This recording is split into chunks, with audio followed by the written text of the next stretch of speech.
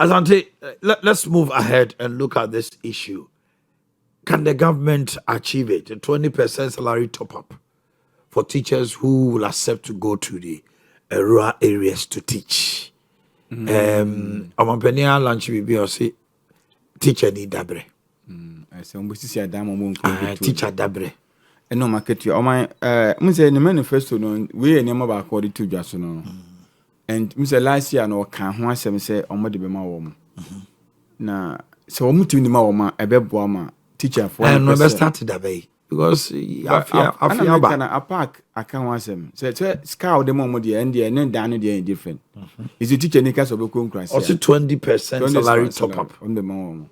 Because on my teacher for concurrence, they lack so many things. Apart from even class when you business and it may be why they are deprived. And to more bread, a common fast nanti cover be quite child in answer near my happy. We will come our light to cry a day. It's a government person the moment and now. One person will bridge the education standard level between those in the hinterlands and Mukumas and Beboa. So obey me, I know. The Oma is a well or determination. So I bind the so cast of baby obey me. Say any priority, say obey it, definitely can do it. Another man can say the one person me is the medical officer having the same conditions, Anna.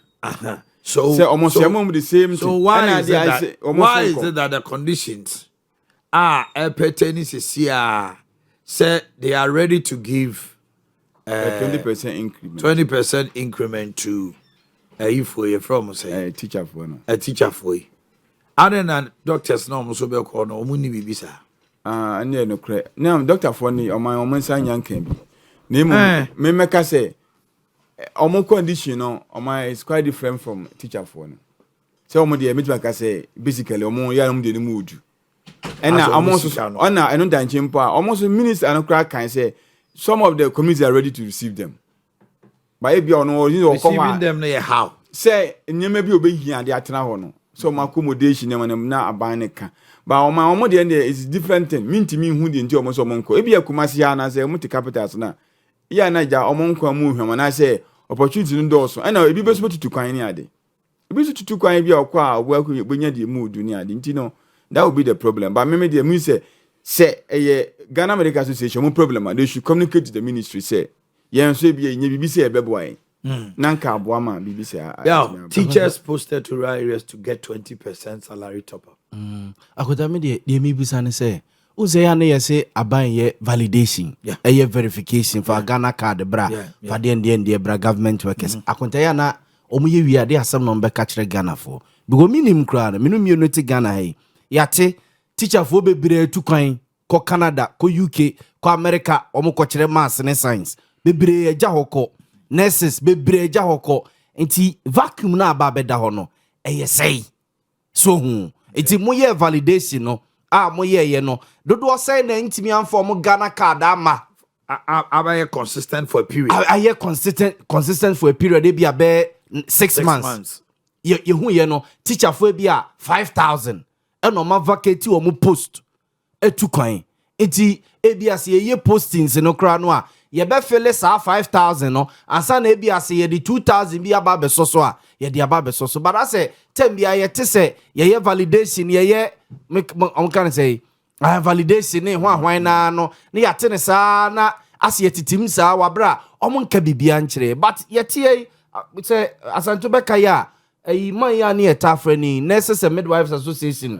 omo pranto Joseph Anto o ka kire yen ni e wo fida dem no ni ye didi nkomo bi aba nurses a etu kwan do I free eno kra no registered Nurses and Midwives president oba no eno ko kan sa about 10,000 o say ena vacate na papa no be ka say he e buru sa omo a omo ba jenkrata akona momo ken but omo so o man kra on the onya no onya ne konesi wachira wajai woko aburu sakra iti akunta going forward sa ne manema wo mo me yehunu ansa ne yabase teacher ni a wo post ne na ko rural community no ebia obema ne bibi ene ade ebia accommodation sa akunta post me e de me ba mankwatia basic school ye we ye kire ase ya me ba bedura mankwatia na se me bedura sokwa stadium asafo ene amekom area hase ya me ame han me dan but they be out the make call contase.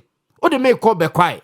o de me ko ebia nyina hini o de me ko nyina hini no uso ebia ya bo ama me de wo ko no accommodation bungalow wo ho ma o ebia one a bedroom bi anase me can say single room self contained o toilet and bath bibia wo kama so o kokra no assembly no ebe ya arrangement bi na ebi kra no a say bibi kakra bi a ye de asupporte ebi a o kono say ebe hadwuna weekend ebi a Friday after school no o pese wo ba ebi a Kumase ana wo kwa Accra ekohwe wabusia assembly no ebe facilitate ama we bi a bibi kakra bi na wo de akọ assemblies no so mo ebu on man na voluntary mo some assemblies omotimi kra abuild teacher bungalows and nurses bungalows ho eno na bia na omo wo IGFs bia omotimi di support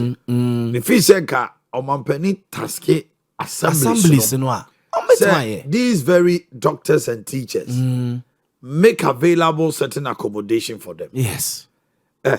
Ubu on my teacher ni a man kogu o say ni ade say no so be we say asante. No ma wari DC lai wo. Ubu kra na finance officer lai wo ni ade. Then you be pay baby amanata. But we are not looking at it from that angle.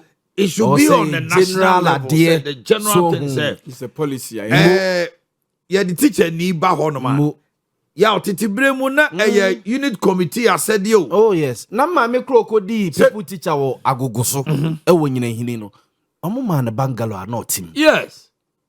So cocoa board for no mo cocoa shed bi o said. Onso mo si cocoa shed na e kire nyina no ma ye edan. Yeah. As an apartment bi e wo e kire kama. Enu bi na me maame na otim sa time na o kira de wo agogoso. Enti sa de no entwam ene biaba ye betimi aye na assembly no kra na bia the safety of teachers no ene nurses ne doctors na omo aba area no be ye adwuma no e bia say assemblyman anase bia police district command na ho honom no e bia police for esramo ye nuanom teacher for ne nurse bia post o ma ba omo tia ya mo ni enko mo ho mayen so hu na at least community no so enso mo so mo ba beboa mo na nkoye bro na nkoye te se bro mo no mu besia kan bi ene sa ne ma no akotase ya nya sa ne ma wo ya akansie ne ta akoye mema no je ko o teacher ni mema no so ko hono mo na ya na obohu ana ebia area committee eni bi ese ono na kodonku ya bi na teacher so said about time e dey akobe to na gesi entin mo ja simple nkra no. Oh, let me show. I'm so teacher for the trabet, you know.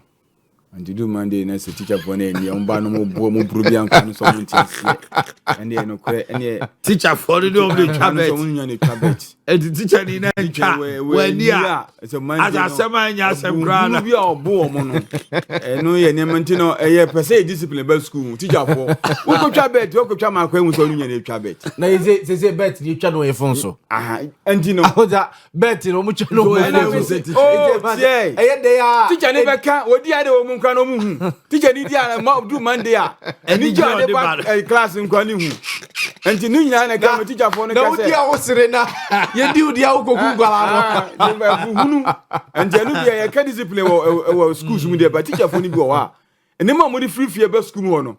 And so much fear. I think that I am for no so bet me up. Me feel say it has come to a time almost sounds so share way local content. On say na e bi mo suggest say enka if I say me free kokoso assembly no boa me cry in my education as a nurse, as a teacher. When you do that, you own Nipano. Yes.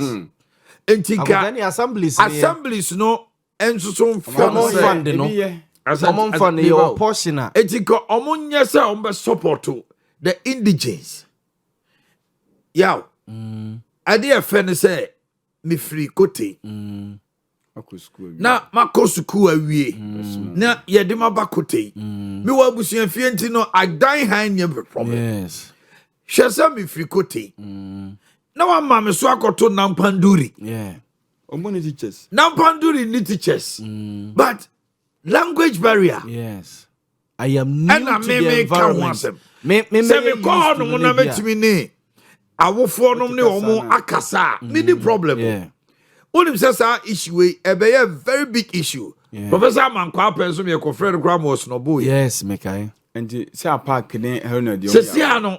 Yeah, I should think so the posting but should take still cognizance of this. They should take because me was them. Na rede gu na me free.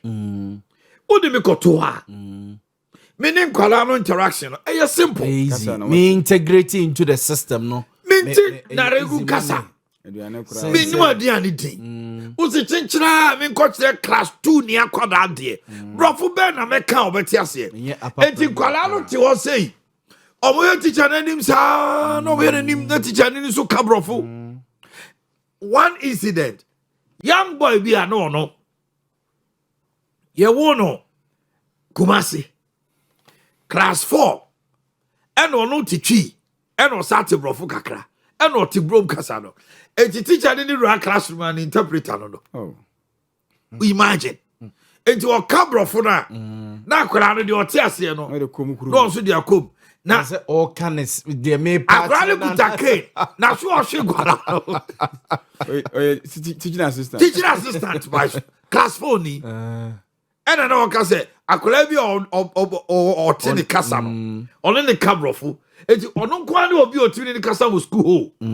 Imagine. Na teacher ni wo de what post to say high-headedness on the part of certain authorities. Kona kosuade. Onkosuade. You want to say a punishment too sometimes. Yeah, but it's going to be it may be an certain region. Transfer. They were complaining so much punishment. because menti kasano. I want say your language bu as a bono kra na. Menti chi no ni ade no akan no. Bono ne fantin. For the all the Makobuta region. I cannot speak anything. Me chere class 5, class 4 ni ade. Onti brofo. Akura na me mana bon. Eti akura so onya interest. Ewo classroom ti. E na wo hon ma na ne ma me ntwamu anu aya no nso afa window no mo ne kwafu. Okwafu. Omo ncheki sa ne ma no ye the education no. Awodade ba ko ekum teachers ne kra na omusunsum so obekwa akurase yese. Ono nkwa akurase enko kira de no. Omra no na ni nuanom oni omo start why the masters ewo Kumase ni Accra no na omo ko omanimu abrabom bebereche no why the masters why bia MPhil bi why no PhD ni ade okọ nanim but na ono there's no opportunity for him and wakọche Accra na se no ni access to bia information ne niama bi ne edene so okay kro bi aje so omo kofro po bi ansa no watima ye call na o ye de wakọ kro no mu obe ne dey there are other places yes kan ko ho aje se okosi baabi na moto bi ede na toaso ede na ko these are areas so jitum so obekọ akota bia ye wo nearest university bi e wo region nim so assembly ni betimi e de ato nanim so bra na oba no ebia u stay be 6 months o person upgrade the assembly ni best eboa with ebia scholarship bi so na wakọ ebia university way eye closer to us say weekends kra wakọ your masters ni ade enti enkoye se unuan mo Kumase ne nkran eni sunyan ne takrade ne kekuso no refresher courses mo eko manimu jaw but promotional exams you be at par so I say for police yetimi the police ni bitim ko she baby ni promotion ma obo osu kro nya du krom hod ma no aye assembly ma police ni no so the sergeant ne call ya okodi mfie du ho a wa hwe ya wonko nanim bia inspector asa ya wo de object ba no omra no be so obi hod ma wa tena baby for 7-8 years wa drafuo wa ware ya wo enti case no kra assembly sia onu kra na ye lead ayi obe abusu apani won timi ncho bia obi bia no awonim won boys ni ya de obe obi aso ncho bia obe dachi eji no omo ko ya like so bia nko police ni bia so nko to ono so na ya wote wono udi na jedu ba bia ya na akota ya so so yamwa na ade no all right benefo obi famu si ha no na bento adwumade ne so free